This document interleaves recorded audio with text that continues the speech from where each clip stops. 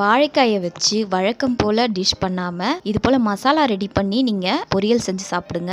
அல்டிமேட்டாக இருக்கும். இது ரசம் சாதம் சாம்பார் சாதத்துக்கு ஒரு சூப்பரான சைட் டிஷ்ஷு. வாங்க வாழைக்காய் பொரியல் எப்படி செய்யலான்னு பார்க்கலாம். நான் Subhashree. Welcome to Subha cookery. இப்போ ஒரு கடாயில் ஒரு 3 டேபிள் ஸ்பூன் அளவுக்கு ஆயில் சேர்த்துக்கோங்க.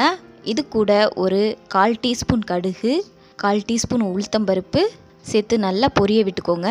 இது பொரிஞ்சதுக்கப்புறம் ஒரு கொத்து கருவேப்பிலை சேர்த்து இதையும் நல்லா பொரிய விட்டுக்கோங்க. கருவேப்பிலை பொரிஞ்சதுக்கப்புறம் ஒரு மீடியம் சைஸ் வெங்காயத்தை இது போல் பொடி பண்ணி நான் சேர்த்துருக்கேன். இப்போ வெங்காயம் நல்லா வதங்கணும்.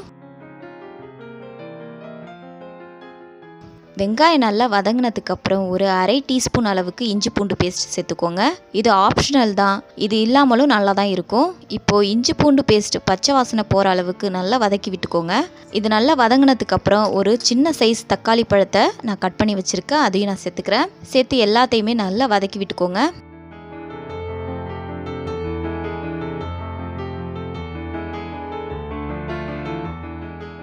இது வதங்கிட்டு இருக்கும்போதே நம்ம இதுக்கு மசாலா ரெடி பண்ணிக்கலாம். ஒரு மிக்ஸி ஜாரில் ஒரு 1/4 மூடி தேங்காயை துருவி சேர்த்துக்கிறேன். இது கூட ஒரு 1/2 டீஸ்பூன் அளவுக்கு மிளகு, 1/4 டீஸ்பூன் சோம்பு,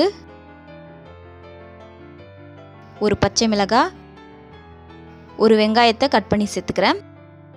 இதை நல்லா கொரப்பாக அரைச்சி எடுத்துக்கோங்க. பாருங்கள், இது போல் நல்லா கொரன்னு இருக்கணும். இப்போ நம்ம அரைச்சி வச்சுருக்க பேஸ்ட்டை நம்ம இது கூட சேர்த்துக்கலாம். இப்போ ஒரு 1/2 டீஸ்பூன் அளவுக்கு தனி மிளகாய் தூள் சேர்த்துக்கோங்க. இப்போ எல்லாத்தையுமே நல்லா மிக்ஸ் பண்ணி எடுத்துக்கோங்க. இந்த அளவுக்கு நல்லா மிக்ஸ் பண்ணி எடுத்துக்கோங்க. இப்போது இது கூட ஒரு 1/4 கிளாஸ் அளவுக்கு தண்ணி சேர்த்துக்கோங்க. தண்ணி சேர்த்து நல்லா கலந்து விட்டதுக்கப்புறம் இது கூட நம்ம தேவையான அளவு உப்பு சேர்த்துக்கலாம்.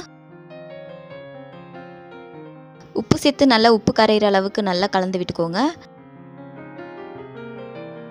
இப்போ இந்த ஸ்டேஜில் நம்ம கட் பண்ணி வச்சுருக்க வாழைக்காயை சேர்த்துக்கலாம். இப்போ நான் ஒரு 3 வாழைக்காயை இது போல் நீளமாக கட் பண்ணி வச்சுருக்கேன். இப்போ வாழைக்காயை நம்ம மசாலா கூட சேர்த்துக்கலாம். சேர்த்து நல்லா கலந்து விட்டுக்கோங்க.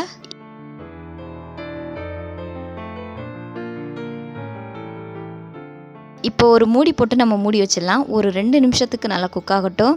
வாழைக்காய் சீக்கிரமாகவே குக் ஆகிடும். அதனால் ஒரு 2 நிமிஷத்துக்கு குக் பண்ணி எடுத்துடலாம். இப்போ நம்ம மூடியை ஓப்பன் பண்ணிக்கலாம். பாருங்கள், மசாலா நல்லா வாழைக்காயோட செட் ஆகி நல்லா வத்தி வந்திருக்கு. இப்போ இந்த ஸ்டேஜில் நம்ம எல்லாத்தையுமே நல்லா கிளறி விட்டுக்கலாம். வாழைக்காய் உடஞ்சிடாமல் ஜென்டலாக நம்ம மிக்ஸ் பண்ணி விட்டுக்கலாம்.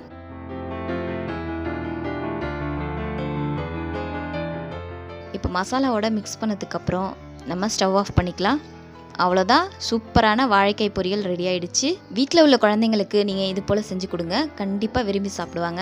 லஞ்ச் பாக்ஸ் ரெசிபிக்கு நீங்கள் இந்த பொரியலை செஞ்சு கொடுத்தீங்கன்னா கண்டிப்பாக காலியாகிடும். திரும்ப திரும்ப இதே டிஷ் தான் கேட்பாங்க. கண்டிப்பாக ட்ரை பண்ணி பாருங்கள். இந்த வாழைக்காய் பொரியல் வீடியோ உங்களுக்கு பிடிச்சிருந்ததுன்னா சுபா குக்கரி சேனலை சப்ஸ்கிரைப் பண்ணிக்கோங்க, லைக் பண்ணிக்கோங்க, ஷேர் பண்ணிக்கோங்க. அடுத்த வீடியோவில் சந்திக்கிறேன். நன்றி.